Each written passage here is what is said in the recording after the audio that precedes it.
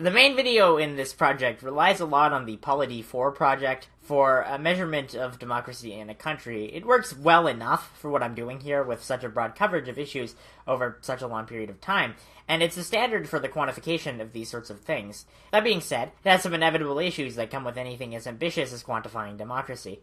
Perhaps the largest of these issues is that because it was first created during the Cold War, there was a lot more splitting between very authoritarian states and the pretty democratic states of North America and Western Europe. Now that the USSR has fallen, most major countries that aren't the following list, that you will see on screen,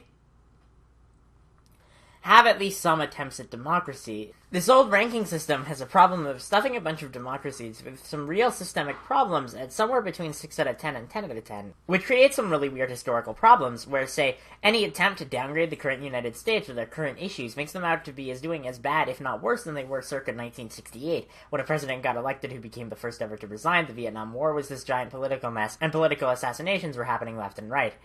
This, I think, is pretty clearly wrong, but there's no better way to do it with the current rating system. There is a Polity 5 version in development that will attempt to address these issues, but that won't be out for another few years, and this project doesn't have a few years to be submitted. Ultimately, this is a classic case of the issues with quantifying social issues in general.